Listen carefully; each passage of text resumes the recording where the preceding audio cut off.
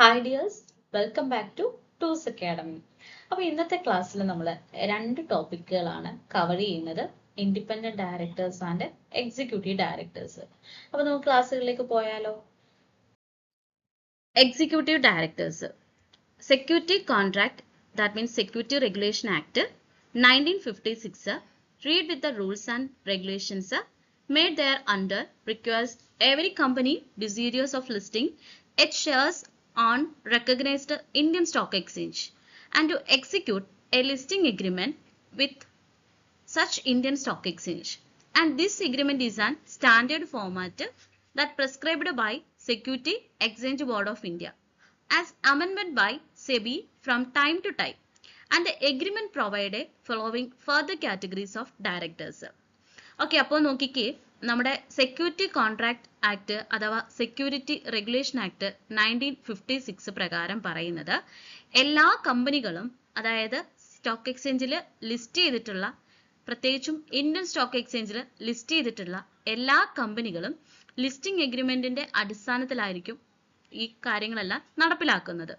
അത് മാത്രമല്ല, ഈ ഒരു ലിസ്റ്റിംഗ് എഗ്രിമെന്റ് എന്ന് പറയുന്നതിന്റെ format security exchange board of India prescribe ചെയ്തിട്ടുള്ള ഫോമാറ്റ് ആണ്.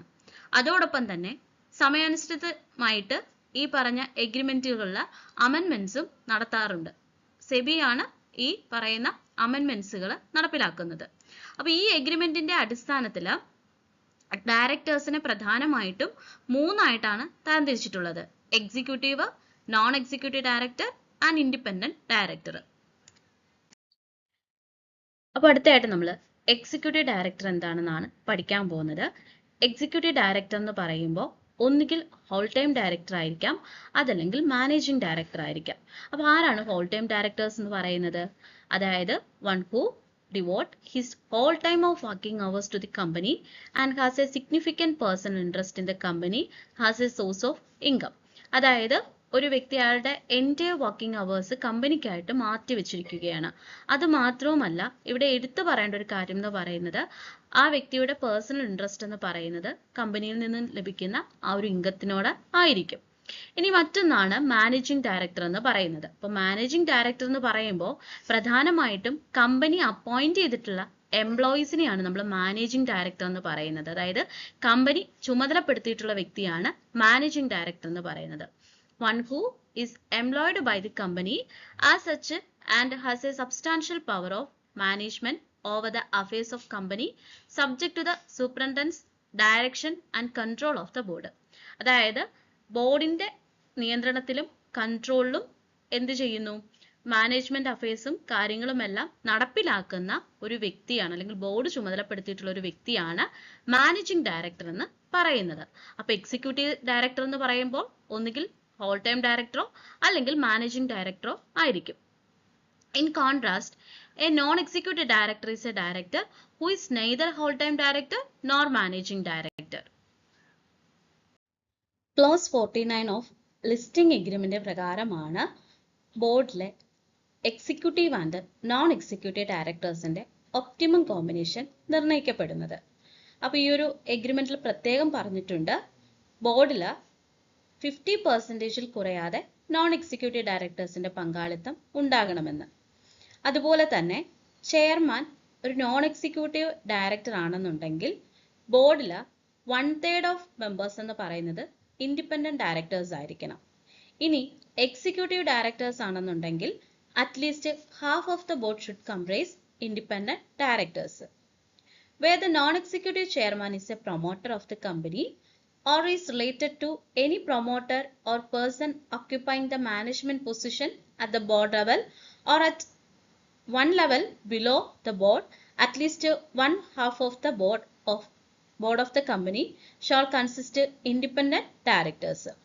അപ്പോൾ അതുപോലെ തന്നെ ചെയർമാന്, ഇപ്പോൾ നോൺ എക്സിക്യൂട്ടീവ് ആയിട്ടുള്ള ഒരു ചെയർമാൻ എന്ന് പറയുമ്പോൾ ഒന്നുകിൽ പ്രൊമോട്ടർ എന്ന് പറയുന്നത് കമ്പനിയുടെ രൂപീകരണത്തിന് നേതൃത്വം നൽകിയ വ്യക്തിയോ, അതല്ലെന്നുണ്ടെങ്കിൽ പ്രൊമോട്ടറുമായി റിലേറ്റ് ചെയ്ത് വരുന്ന വ്യക്തിയോ, അല്ലെങ്കിൽ മാനേജ്മെന്റ് പൊസിഷൻസ് എന്തെങ്കിലും ഓക്യുപ്പൈ ചെയ്തിട്ടുള്ള ഒരു വ്യക്തിയോ ആണെന്നുണ്ടെങ്കിൽ ബോർഡിൽ അറ്റ്ലീസ്റ്റ് 1/2 ഓഫ് ബോർഡ് എന്ന് പറയുന്നത് independent directors ഉൾപ്പെടുന്നതായിരിക്കണം.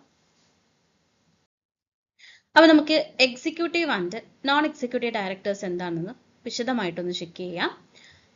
The board of directors may comprise both executive and non-executive directors. Executive directors are responsible for managing different business operations undertaken by the company. It's their responsibility that the department which they head operate smoothly.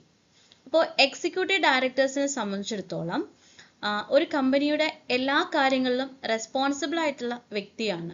അതോടൊപ്പം തന്നെ different business operations ഏറ്റെടുത്ത് നടപ്പിലാക്കേണ്ട വ്യക്തിയാണ് executive directors എന്ന് പറയുന്നത്. അതോടൊപ്പം തന്നെ വിവിധ ഡിപ്പാർട്ട്മെന്റുകളുടെ ഉത്തരവാദിത്ത ചുമതല നിർവഹിക്കേണ്ടതും എക്സിക്യൂട്ടീവ് ഡയറക്ടറാണ്. ഇനി ഹോൾ ടൈം ഡയറക്ടർ എന്ന് പറയുമ്പോൾ മാനേജിംഗ് ഡയറക്ടർ അല്ലെങ്കിൽ whole time directors that covered in the category of directors.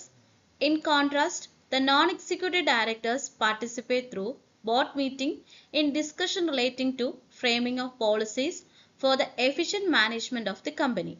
And professional directors and nominee directors are covered in this category of directors. അപ്പോൾ അടുത്തത് നോൺ എക്സിക്യൂട്ടീവ് ഡയറക്ടർ ആണ്. അപ്പോൾ non executive director എന്ന് പറയുമ്പോൾ പ്രത്യേകിച്ചും board മീറ്റിങ്ങിൽ പങ്കെടുക്കുക, അതേപോലെ തന്നെ ഒരു കമ്പനിയുമായി ബന്ധപ്പെട്ടിട്ടുള്ള പോളിസീസ് ഫ്രെയിം ചെയ്യുന്ന കാര്യങ്ങളിൽ ഡിസ്കഷനിലും ഒക്കെ തന്നെ പങ്കെടുക്കുക എന്നുള്ളതാണ്. അത് മാത്രവുമല്ല, ഇപ്പോൾ നോൺ എക്സിക്യൂട്ടീവ് ഡയറക്ടേഴ്സിന് ഉദാഹരണം പറയുവാണെങ്കിൽ പ്രൊഫഷണൽ ഡയറക്ടേഴ്സ്, നോമിനി ഡയറക്ടേഴ്സ് ഒക്കെ തന്നെ നോൺ എക്സിക്യൂട്ടീവ് ഡയറക്ടേഴ്സിന് ഉദാഹരണമാണ്. ഫൈനലി നമുക്ക് ഇൻഡിപെൻഡന്റ് ഡയറക്ടേഴ്സിനെ കുറിച്ച് പഠിക്കാം. അപ്പോൾ ഇൻഡിപെൻഡന്റ് ഡയറക്ടേഴ്സ് എന്ന് പറയുന്നത് നോൺ എക്സിക്യൂട്ടീവ് ഡയറക്ടേഴ്സിന്റെ ഒരു ടൈപ്പ് ആണ്. They are not active as executive director on the board of company and they are held to be liable only if knowingly concerned to the wrongful act. അപ്പോൾ ഇവിടെ executive ഡയറക്ടേഴ്സിനെ പോലെ ബോർഡിന്റെ കാര്യങ്ങളിൽ ആക്റ്റീവായി പങ്കെടുക്കേണ്ട ഒരു വ്യക്തിയല്ല independent directors. പക്ഷേ എന്തെങ്കിലും തരത്തിലുള്ള മിസ്റ്റേക്ക് അറിഞ്ഞുകൊണ്ട് ചെയ്യുകയാണെങ്കിൽ അതിന്റെ ബാധ്യസ്ഥത ആർക്കാണ്? ഈ പറയുന്ന ഇൻഡിപെൻഡന്റ് ഡയറക്ടേഴ്സിനാണ്. അപ്പോൾ അടുത്തായിട്ട് നമ്മളൊരു അഡീഷണൽ പോയിന്റ്സ് നോക്കുകയാണ്. Minimum and maximum number of directors in A കമ്പനിയാണ്. പബ്ലിക് കമ്പനീസിന്റെ കേസിൽ 3 ഡയറക്ടേഴ്സ് ഉണ്ടായിരിക്കണം. അപ്പോൾ ലേറ്റസ്റ്റ് കമ്പനീസ് ആക്ട് പ്രകാരമുള്ള ഇൻഫർമേഷന്റെ അടിസ്ഥാനത്തിലാണ് പബ്ലിക് കമ്പനീസിൽ 3 ഡയറക്ടേഴ്സ് ഉണ്ടായിരിക്കണം മിനിമം. പ്രൈവറ്റ് കമ്പനീസിന്റെ കേസിൽ 2 ഡയറക്ടേഴ്സ് ഉണ്ടായിരിക്കണം.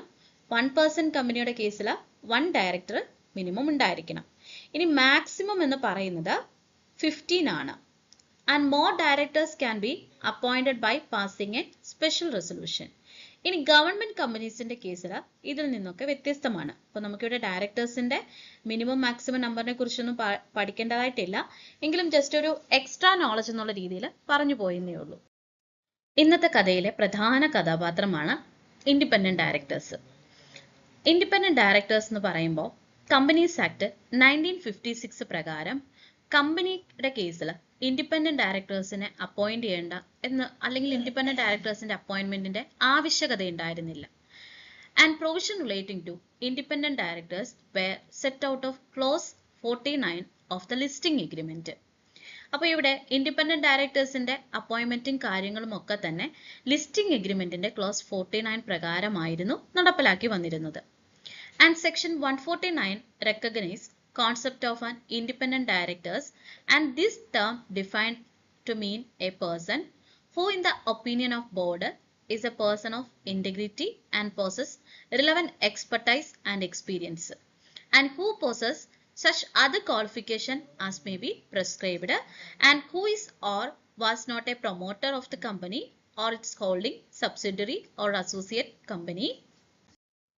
അപ്പോൾ നമ്മൾ ഇൻഡിപെൻഡന്റ് ഡയറക്ടേഴ്സിനെ കുറിച്ച് പഠിക്കുമ്പോൾ ആ ഒരു ടൈറ്റിൽ സൂചിപ്പിച്ചിരിക്കുന്നത് പോലെ തന്നെ ഒരു കമ്പനിയെ റിലേറ്റ് ചെയ്തിട്ടുള്ള പ്രധാന വ്യക്തികളായിട്ടുള്ള പ്രൊമോട്ടേഴ്സ് അല്ലെങ്കിൽ ഡയറക്ടേഴ്സുമായിട്ടോ യാതൊരു തരത്തിലുള്ള റിലേഷൻഷിപ്പും കീപ്പ് ചെയ്യാത്ത ഒരാളായിരിക്കണം ഇൻഡിപെൻഡന്റ് ഡയറക്ടർ. അതായത് കമ്പനിയിൽ നിന്നും പ്രൊമോട്ടർ ഡയറക്ടറിൽ നിന്നുമൊക്കെ തികച്ചും ഇൻഡിപെൻഡന്റ് ആയിട്ടുള്ള ഒരു വ്യക്തിയായിരിക്കണം എന്നാണ്. So who is not related to promoters, directors of the company or any of its group of companies. അപ്പോൾ കമ്പനിയുടെ മറ്റു ഗ്രൂപ്പ് ഓഫ് കമ്പനീസുമായിട്ടോ ഈ പറഞ്ഞ തരത്തിൽ ഒരു തരത്തിലോ ബന്ധവും പാടില്ല. അതേപോലെ തന്നെ വരുന്ന മറ്റൊരു പ്രധാന പോയിന്റ് ആണ് ഇൻഡിപെൻഡന്റ് ഡയറക്ടേഴ്സ് പ്രൊമോട്ടേഴ്സ് അല്ലെങ്കിൽ ഡയറക്ടേഴ്സുമായിട്ട് പെക്യുനറി റിലേഷൻഷിപ്പ് ഒന്നും തന്നെ ഉണ്ടാകാൻ പാടില്ല. പെക്യുനറി റിലേഷൻഷിപ്പ് എന്ന് പറയുന്നത് ക്യാഷ് ട്രാൻസാക്ഷൻസ് ആണ്, അതായത് ക്യാഷ് കൊടുക്കൽ വാങ്ങലാണ്. അപ്പോൾ ഒരു തരത്തിലുള്ള ക്യാഷ് ഡീലിങ്സും ഈ പറഞ്ഞിട്ടുള്ള പ്രൊമോട്ടേഴ്സ് ഡയറക്ടേഴ്സുമായിട്ട് ആർക്ക് പാടില്ല? ഇൻഡിപെൻഡന്റ് ഡയറക്ടറിന് പാടില്ല. സോ എടുത്തു പറയുന്നുണ്ട്, ഒന്നുകിൽ കറന്റ് ഫിനാൻഷ്യൽ ഇയറിലോ അല്ലെങ്കിൽ തൊട്ടു മുമ്പുള്ള 2 സാമ്പത്തിക വർഷത്തിലോ ഇൻഡിപെൻഡന്റ് ഡയറക്ടേഴ്സിനും അതേപോലെ കമ്പനിയുടെ പ്രൊമോട്ടേഴ്സ് ഡയറക്ടേഴ്സുമായിട്ടോ അല്ലെങ്കിൽ ഗ്രൂപ്പ് ഓഫ് കമ്പനീസുമായിട്ടോ യാതൊരു തരത്തിലുള്ള പെക്യുനറി റിലേഷൻഷിപ്പും ഉണ്ടായിരിക്കരുത്. അതോടൊപ്പം തന്നെ വരുന്നൊരു മറ്റു പോയിന്റ് ആണ്, ഇൻഡിപെൻഡന്റ് ഡയറക്ടേഴ്സിന്റെ റിലേറ്റീവ്സിനെ സംബന്ധിച്ചിടത്തോളം പ്രൊമോട്ടേഴ്സ് ഡയറക്ടേഴ്സ് അതേപോലെ തന്നെ ഗ്രൂപ്പ് ഓഫ് കമ്പനീസുമായിട്ട് ഒരു പെക്യുനറി റിലേഷൻഷിപ്പോ ട്രാൻസാക്ഷൻസോ ഉണ്ടാകാൻ പാടില്ല. അതിലും എമൗണ്ട് എടുത്തു പറയുന്നുണ്ട്, ഗ്രോസ് ടേൺ ഓവറിന്റെ 2%ഓ അതിലധികമോ, അല്ലെങ്കിൽ ടോട്ടൽ ഇൻകം അതല്ലെങ്കിൽ 50 lakh അല്ലെങ്കിൽ ഇതിൽ ഹയർ ആയിട്ടുള്ള എമൗണ്ട് ഏതാണോ. So which ever is lower during the current or 2 preceding financial year. അപ്പോൾ ഈ പറഞ്ഞിട്ടുള്ള എമൗണ്ട്, അതായത് ഗ്രോസ് ടേൺ ഓവറിന്റെ 2%ഓ അതിലധികമോ, ടോട്ടൽ ഇൻകം അല്ലെങ്കിൽ 50 lakh, ഈ ടോട്ടൽ ഇൻകം 50 lakh കമ്പയർ ചെയ്യുമ്പോൾ അതിലേതാണ് ഹയർ എമൗണ്ട്, അതാണ് കൺസിഡർ ചെയ്യുന്നത്. സോ ഈ എമൗണ്ട് എല്ലാം തമ്മിൽ കമ്പയർ ചെയ്തിട്ട് കറന്റ് ഇയറിലും തൊട്ടു മുമ്പുള്ള 2 സാമ്പത്തിക വർഷവും ഏറ്റവും കുറഞ്ഞ എമൗണ്ട് ഏതാണോ അതാണ് കൺസിഡർ ചെയ്യാറുള്ളത്. അപ്പൊ ആ ഒരു എമൗണ്ട് മേൽ പോലും അല്ലെങ്കിൽ ആ ഒരു എമൗണ്ട് വരുന്ന തരത്തിലുള്ള ട്രാൻസാക്ഷൻസും ആർക്കിടയിൽ പാടില്ല? ഇൻഡിപെൻഡന്റ് ഡയറക്ടേഴ്സിനും പ്രൊമോട്ടേഴ്സിനും അതേപോലെ തന്നെ ഡയറക്ടേഴ്സിനും ഇടയിൽ പാടില്ല.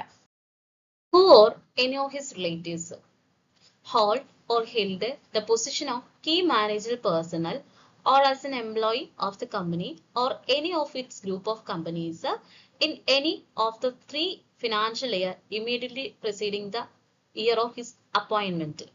അതേപോലെ തന്നെ ഇൻഡിപെൻഡന്റ് ഡയറക്ടേഴ്സും ഇൻഡിപെൻഡന്റ് ഡയറക്ടേഴ്സിന്റെ റിലേറ്റീവ്സും കമ്പനിയുടെ കീ മാനേജർ പേഴ്സൺ ആയിട്ടോ അല്ലെങ്കിൽ കമ്പനിയുടെ എംപ്ലോയി ആയിട്ടോ അല്ലെങ്കിൽ കമ്പനിയുടെ ഗ്രൂപ്പ് ഓഫ് കമ്പനീസിലെ എംപ്ലോയി ആയിട്ടോ ഇൻഡിപെൻഡന്റ് ഡയറക്ടറായിട്ട് അപ്പോയിന്റ് ചെയ്യുന്നതിന് തൊട്ട് മുമ്പുള്ള 3 ഫിനാൻഷ്യൽ ഇയറിൽ work ചെയ്തിട്ടുണ്ടാവരുത്. Is or has been an employee, proprietor or partner of the following during any of the 3 preceding financial year: a firm of auditor, company secretary, cost auditor of the company or any of its group of companies, and any legal or consulting firm which has or had transaction with the company in or any of its group of companies amounting to 10% or more of the gross turnover of the firm, and hold together with his relatives 2% or more voting power of the company, or is a chief executive or director of any non-profit organization that received 25% or more of its receipts from the company or any of its promoters, directors or its group of companies, or that hold 2% or more of the total power of the company, and who is not managing all-time nominee director. അതായത് ഇപ്പൊ നമ്മൾ പറഞ്ഞ പോയിന്റിൽ തന്നെ വരുന്ന sub points ആണ്. അതായത് employee, proprietor, partner, അതായത് തൊട്ട് മുമ്പുള്ള 3 ഫിനാൻഷ്യൽ ഇയറിൽ ഈ പറഞ്ഞ തരത്തിലൊന്നും പ്രവർത്തിക്കാത്ത ഒരു വ്യക്തി ആയിരിക്കണം എന്തെന്ന് പറയുന്നത് ഇൻഡിപെൻഡന്റ് ഡയറക്ടേഴ്സ് എന്ന് പറയുന്നത്. അതായത് ഫേമിന്റെ ഓഡിറ്റർ, സെക്രട്ടറി, കോസ്റ്റ് ഓഡിറ്റർ ഒക്കെയാണ് ഈ ഒരു കീ മാനേജർ പേഴ്സൺസ് എന്ന് പറയുമ്പോൾ അതിൽ ഉൾപ്പെടുന്നത്. അതേപോലെ തന്നെ ലീഗൽ കൺസൾട്ടിംഗ് ട്രാൻസാക്ഷൻസുമായി ബന്ധപ്പെട്ട് ഏകദേശം 10% ഓഫ് ഗ്രോസ് പ്രോഫിറ്റിന്റെ ആ ഒരു എമൗണ്ടോളം റുപ്പീസ് ട്രാൻസാക്ഷൻ നടത്തിയിട്ടുള്ള ആളാവാൻ പാടില്ല. അതേപോലെ തന്നെ റിലേറ്റീവ്സിനെ സംബന്ധിച്ചിടത്തോളം ടോട്ടൽ വോട്ടിംഗ് പവറിന്റെ 2% ഹോൾഡ് ചെയ്തിട്ടുള്ള ഒരു വ്യക്തിയാവാൻ പാടില്ല. ദെൻ ചീഫ് എക്സിക്യൂട്ടീവ് അല്ലെങ്കിൽ ഡയറക്ടർ, അതായത് ഏതെങ്കിലും ഒരു നോൺ പ്രോഫിറ്റ് ഓർഗനൈസേഷന്റെ ചീഫ് എക്സിക്യൂട്ടീവ് അല്ലെങ്കിൽ director that received 25% or more of its receipt from the company, or any of its promoters, director or group of companies that hold 2% or more of the total voting power of the company. അതേപോലെ തന്നെ independent ഡയറക്ടറിനെ സംബന്ധിച്ചിടത്തോളം managing all time nominee director ആയിരിക്കാൻ സാധിക്കുകയില്ല. അത് മാത്രമല്ല അതാകാൻ പാടില്ല എന്നുള്ളത് കൂടിയാണ് പറഞ്ഞിട്ടുള്ളത്. ഇനി അടുത്തൊരു പോയിന്റ് ആണ് നമ്പർ ഓഫ് ഇൻഡിപെൻഡന്റ് ഡയറക്ടേഴ്സ് എന്ന് പറയുന്നത്. അതായത് ഒരു കമ്പനിയെ സംബന്ധിച്ചിടത്തോളം എത്ര ഇൻഡിപെൻഡന്റ് ഡയറക്ടേഴ്സ് ഉണ്ടാവണം എന്നുള്ളതാണ്. അപ്പൊ ഈ ഇൻഡിപെൻഡന്റ് ഡയറക്ടേഴ്സിന്റെ കാര്യങ്ങളെല്ലാം തന്നെ ലിസ്റ്റിംഗ് എഗ്രിമെന്റിന്റെ അടിസ്ഥാനത്തിലാണ്. പ്രത്യേകിച്ചും only listed companies were required to appoint independent directors. Listed companies എന്ന് പറയുമ്പോൾ സ്റ്റോക്ക് എക്സ്ചേഞ്ചിൽ സെക്യൂരിറ്റീസ് അല്ലെങ്കിൽ ഷെയർ ലിസ്റ്റ് ചെയ്തിട്ടുള്ള കമ്പനികളെയാണ് ലിസ്റ്റഡ് കമ്പനീസ് എന്ന് പറയുന്നത്. അപ്പോ ലിസ്റ്റഡ് കമ്പനീസിന്റെ കേസിലാണ് ഇൻഡിപെൻഡന്റ് ഡയറക്ടേഴ്സിന്റെ അപ്പോയിന്റ്മെന്റ് ആവശ്യമായിട്ടുള്ളത്. And the number of independent directors on the board of listed was required to be equal to 1/3 of the board, where the chairman of board is a non-executive director. അതായത് ബോർഡിന്റെ ചെയർമാന് ഒരു non executive director ആണെങ്കിൽ total board മെമ്പറിന്റെ 1/3 എന്ന് പറയുന്നത് ആരാണ്? Independent director ആയിരിക്കും. അതായത് 3 പേരെ അപ്പോയിന്റ് ചെയ്യുമ്പോൾ അതിൽ ഒരാള് ഇൻഡിപെൻഡന്റ് ഡയറക്ടർ ആയിട്ടായിരിക്കും അപ്പോയിന്റ് ചെയ്യുന്നത്. ഇനി ചെയർമാൻ എന്ന് പറയുന്നത് എക്സിക്യൂട്ടീവ് ഡയറക്ടർ ആണെന്നുണ്ടെങ്കിൽ 1/2 ഓഫ് ദ ബോർഡ് എന്തായിരിക്കും? ഇൻഡിപെൻഡന്റ് ഡയറക്ടേഴ്സിന്റെ എണ്ണമാണ് സൂചിപ്പിച്ചിട്ടുള്ളത്. എന്നാൽ കമ്പനീസ് ആക്ട് 2013 പ്രകാരം ഇൻഡിപെൻഡന്റ് ഡയറക്ടേഴ്സിന്റെ റിക്വയർമെന്റ് അപ്പോയിന്റ്മെന്റിനെ കുറിച്ച് നോക്കുകയാണെങ്കിൽ പബ്ലിക് ലിസ്റ്റഡ് കമ്പനികളെ സംബന്ധിച്ചിടത്തോളം at least 1/3 of the board to be comprised of independent directors. അതായത് പബ്ലിക് ലിസ്റ്റഡ് കമ്പനികൾ സംബന്ധിച്ചിടത്തോളം, അതായത് പബ്ലിക്കിന് ഷെയർ വാങ്ങാനും വിൽക്കാനും തയ്യാറായിക്കൊണ്ട് നമ്മുടെ റെക്കഗ്നൈസ്ഡ് സ്റ്റോക്ക് എക്സ്ചേഞ്ചിൽ ലിസ്റ്റ് ചെയ്തിട്ടുള്ളവയാണ് പബ്ലിക് ലിസ്റ്റഡ് കമ്പനീസ് എന്ന് പറയുന്നത്. അപ്പൊ ഈ പബ്ലിക് ലിസ്റ്റഡ് കമ്പനികളുടെ ബോർഡിന്റെ അറ്റ്ലീസ്റ്റ് 1/3 എങ്കിലും ആരായിരിക്കണം? ഇൻഡിപെൻഡന്റ് ഡയറക്ടർ ആയിരിക്കണം. And certain specified companies that meet the criteria listed below are required to have at least 2 independent directors.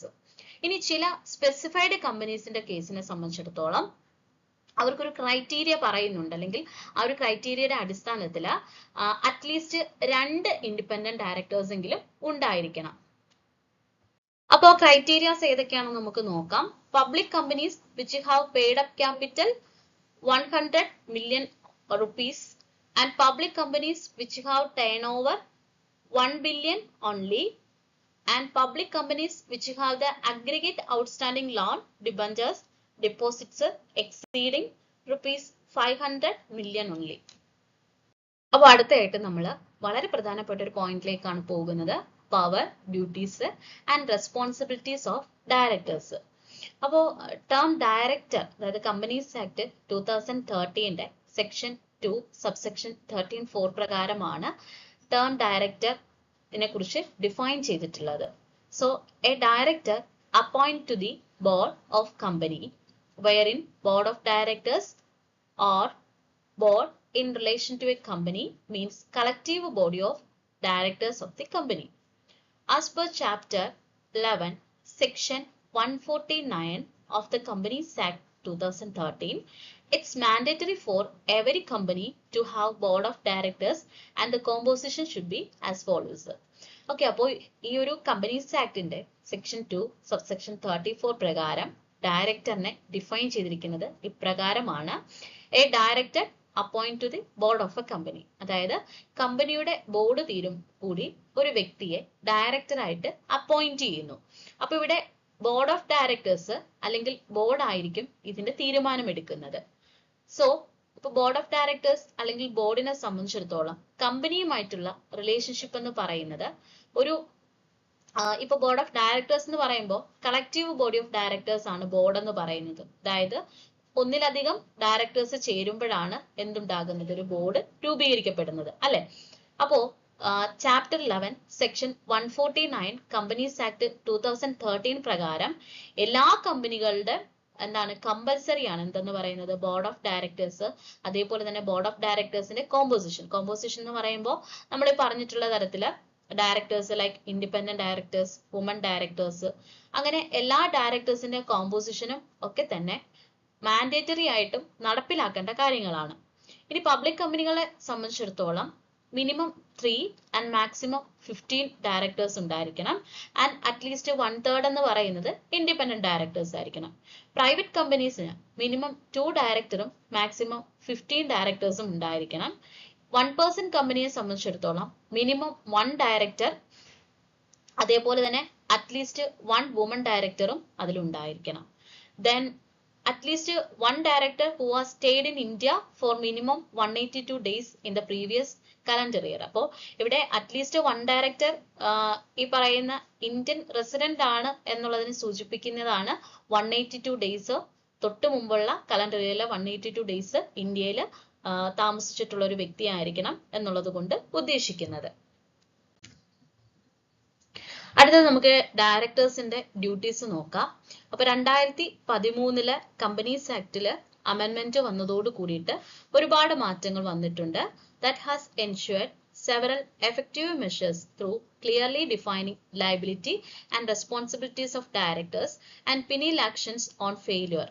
അതായത് ഡയറക്ടേഴ്സിന്റെ റെസ്പോൺസിബിലിറ്റി, ലയബിലിറ്റി, അതേപോലെ തന്നെ ഡയറക്ടേഴ്സിന്റെ എന്തെങ്കിലും തരത്തിൽ ഫെയിലർ ആകുന്ന സമയത്ത് അതിനെതിരെ എടുക്കുന്ന ആക്ഷൻസ് എല്ലാം ഉൾപ്പെടുത്തിക്കൊണ്ടാണ് 2013 കമ്പനീസ് ആക്ട് അമെൻമെന്റ് നിലവിൽ വന്നത്. ഫസ്റ്റ് പോയിന്റ് എന്ന് പറയുന്നത് A director must act in accordance with the Article of Association of Company. അതായത് ഒരു കമ്പനിയുടെ ആർട്ടിക്കിൾ ഓഫ് അസോസിയേഷൻ അനുസരിച്ചിട്ടാണ് ഡയറക്ടർ പ്രവർത്തിക്കേണ്ടത്. And director must pursue the best interest of the stakeholder of the company in good faith and promote object of the company. And third point, a director use independent judgment to exercise his duties with the due and reasonable care, skill and diligence. And a director should always be aware conflict of interest situation, should try and avoid such conflict of interest of the company. അപ്പോൾ conflict of interest എന്ന് പറയുമ്പോൾ personal ഇൻട്രസ്റ്റും കമ്പനിയുടെ ഇൻട്രസ്റ്റും തമ്മിൽ വരുന്ന ഒരു കോൺഫ്ലിക്റ്റിനെയാണ് സൂചിപ്പിച്ചിട്ടുള്ളത്. And before approving related party transaction, the director must ensure the adequate deliberations and held such transactions are interest of the company. So, next point, to ensure legal mechanism of the company and the users are not prejudicially affected on account such use.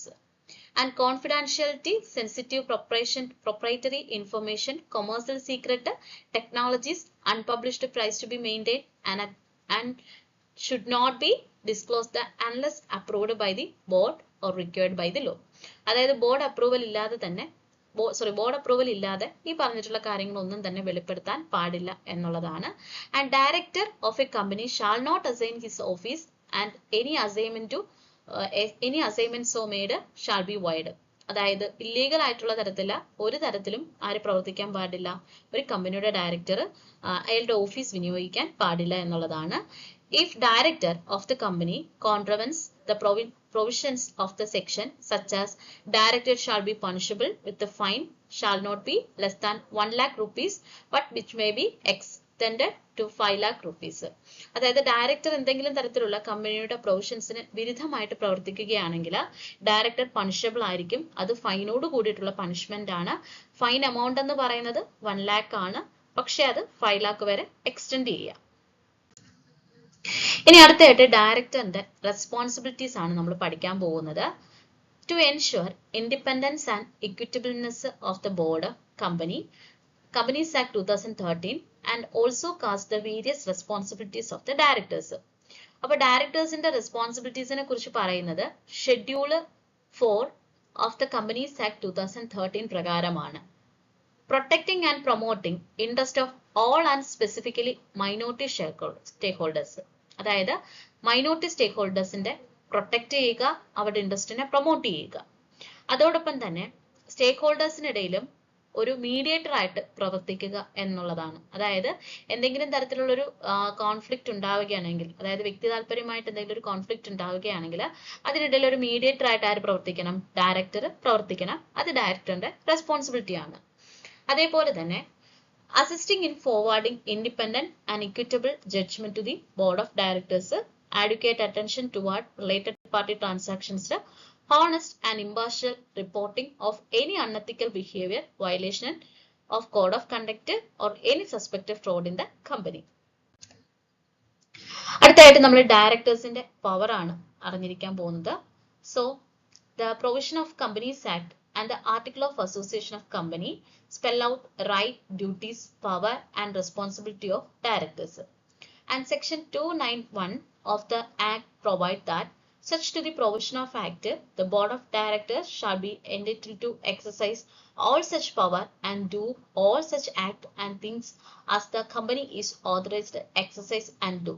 അപ്പൊ നോക്കിക്കേ, ഒരു കമ്പനിയുടെ article of അസോസിയേഷനും അതേപോലെ തന്നെ companies ആക്ടിലെ പ്രൊവിഷൻസും അനുസരിച്ചിട്ടാണ് ഡയറക്ടേഴ്സിന്റെ right, duties, power, responsibility ഇവയെല്ലാം തന്നെ അസൈൻ ചെയ്തിട്ടുള്ളത്. അപ്പോൾ സെക്ഷൻ 291 പ്രകാരമാണ്, നമ്മൾ ഈ പറഞ്ഞ കമ്പനീസ് ആക്ട് പ്രകാരമാണ് ഡയറക്ടേഴ്സിന്റെ എന്തൊക്കെ തരത്തിലുള്ള പവർ എക്സസൈസ് ചെയ്യാം എന്നുള്ളതിനെ കുറിച്ച് പറയുന്നത്. അപ്പൊ എന്തൊക്കെയാണ് പവർ എന്ന് നമുക്ക് നോക്കാം. ഫസ്റ്റ് എന്ന് പറയുന്നത് power can be exercise only at board meeting by means of passing special resolution. അതായത് ബോർഡ് മീറ്റിംഗിന് എന്ത് ചെയ്യാൻ അധികാരം ഉപയോഗിക്കാൻ സാധിക്കും. പ്രത്യേകിച്ചും ഒരു സ്പെഷ്യൽ റെസൊല്യൂഷൻ പാസ്സാക്കണമെന്നുണ്ടെങ്കിൽ അത് ഡയറക്ടറിന്റെ പവറിനനുസരിച്ചിട്ടാണ്. And power to make call on shareholders in respect of money unpaid on their share, the power to issue debentures. Okay, അപ്പം ഫസ്റ്റ് പോയിന്റ് പറയാം. ഷെയർ ഹോൾഡേഴ്സ് ഇപ്പോൾ എമൗണ്ട് പേ ചെയ്തിട്ടില്ലെന്നുണ്ടെങ്കിൽ അവരെ കോൾ ചെയ്യാൻ ഡയറക്ടറിന് പവർ വിനിയോഗിക്കാം. അതേപോലെ ഡിബഞ്ചർ ഇഷ്യൂ ചെയ്യാനുള്ള പവർ ഉണ്ട്. And power to borrow otherwise than on debentures, power to borrow money otherwise than on debentures. അതായത് ഡിബഞ്ചേഴ്സിന് പകരം എന്ത് ചെയ്യാൻ സ്വീകരിക്കാൻ പറ്റും, മണി ബോറോ ചെയ്യാൻ ആർക്ക് പവർ ഉണ്ട്, ഡയറക്ടറിനുണ്ട്. And power to invest the fund of the company and power to make loans. ഇനി സർട്ടൻ റെസ്ട്രിക്ഷൻസും ആർക്കുണ്ട്, ഈ ബോർഡ് ഓഫ് ഡയറക്ടേഴ്സിനുണ്ട്. ആൻഡ് പ്രത്യേകിച്ചും ജനറൽ പവേഴ്സിലാണ് ഈ സർട്ടൻ റെസ്ട്രിക്ഷൻസ് ഉൾപ്പെടുത്തിയിട്ടുള്ളത്. And invariability, they have to seek the approval of shareholders in general meeting. In such case, the section deal with the restriction 293 and 294AA, etc. And there are certain power which can be exercised only with the approval of shareholders and also the central government. അതായത് share ഹോൾഡേഴ്സിന്റെ central ഗവൺമെന്റിന്റെയും അപ്രൂവലോട് കൂടിയിട്ടായിരിക്കണം ചില powers ആര് വിനിയോഗിക്കേണ്ടത്, നമ്മുടെ directors വിനിയോഗിക്കേണ്ടത്, അല്ലെ. അപ്പൊ അതിനെക്കുറിച്ച് പറയുന്ന section 294AA എന്ന് പറയുന്നത് appointment of sole selling agents ആണ്. 295 പ്രകാരം loans to directors and power which can be exercised either at a board meeting or by passing resolution by circulation as a provision under section 289. Then അടുത്തൊരു point ആണ് ഓഡിറ്ററിനെ appoint ചെയ്യാനുള്ള അധികാരം. അതായത് within 30 days, കമ്പനിയുടെ ഇൻകോർപ്പറേഷന് ശേഷം within 30 ഡേയ്സിനുള്ളിൽ ഓഡിറ്ററിനെ നിയോഗിക്കാനുള്ള അധികാരം ഡയറക്ടറിനുണ്ട്. Section 224 subsection 6 പ്രകാരമാണ് പറയുന്നത്. അടുത്തത് power to fill up casual vacancy in the office of auditor if such vacancy is not caused by resignation. അതായത് ഓഡിറ്ററിന്റെ ഓഫീസിൽ റിസൈൻ ചെയ്തത് അല്ലാതെയുള്ള വേക്കൻസികൾ ഫില്ലപ്പ് ചെയ്യാൻ, ദാറ്റ് മീൻസ് കാഷ്വൽ വേക്കൻസീസ് ഒക്കെ ഫില്ലപ്പ് ചെയ്യാനുള്ള അധികാരം ആർക്കുണ്ട്, ഡയറക്ടറിനുണ്ട്. സെക്ഷൻ 224 സബ്സെക്ഷൻ 6 പ്രകാരമാണ് ഇതിനെക്കുറിച്ച് പറയുന്നത്. അതേപോലെ തന്നെ അഡീഷണൽ ഡയറക്ടേഴ്സിന്, അതായത് ആർട്ടിക്കിൾ അസോസിയേഷനകത്ത് പറയുന്നത് പ്രകാരം അഡീഷണൽ ഡയറക്ടേഴ്സിനെ അപ്പോയിന്റ് ചെയ്യാനും നമ്മുടെ ഡയറക്ടേഴ്സിന് അധികാരം വിനിയോഗിക്കാം. സെക്ഷൻ 260 പ്രകാരമാണ് ഇതിനെക്കുറിച്ച് പറയുന്നത്. And board can exercise certain power conferred by article such as forfeiture of shares, pay of indirect dividend, preliminary expense, use of foreign seal, capitalized profit and issue bonus shares. അപ്പോൾ article of അസോസിയേഷനകത്ത് പറയുന്ന മറ്റ് അധികാരങ്ങളാണ് forfeiture of shares. Forfeiture എന്ന് പറയുമ്പോൾ അറിയാലോ, share cancel ചെയ്യുന്നതാണ് forfeiture എന്ന് പറയുന്നത്, അല്ലെ. ദെൻ അതായത് അൺപെയ്ഡ് ആയിട്ടുള്ള വരുന്ന സിറ്റുവേഷൻസിൽ ആ ഒരു ഷെയർ ക്യാൻസൽ ചെയ്യപ്പെടും. അതേപോലെ തന്നെ ഇന്റീരിയർ ഡിവിഡൻഡ് പേ ചെയ്യാനുള്ള അധികാരമുണ്ട്. പ്രിലിമിനറി എക്സ്പെൻസ്, ഫോറിൻ സീൽ ഉപയോഗിക്കാൻ അധികാരമുണ്ട്. ക്യാപിറ്റലൈസ് പ്രോഫിറ്റ്, അതേപോലെ തന്നെ ബോണസ് ഷെയർ ഇഷ്യൂ ചെയ്യാനുള്ള അധികാരം ആർക്കുണ്ട്, ഡയറക്ടേഴ്സിന് ഉണ്ട്.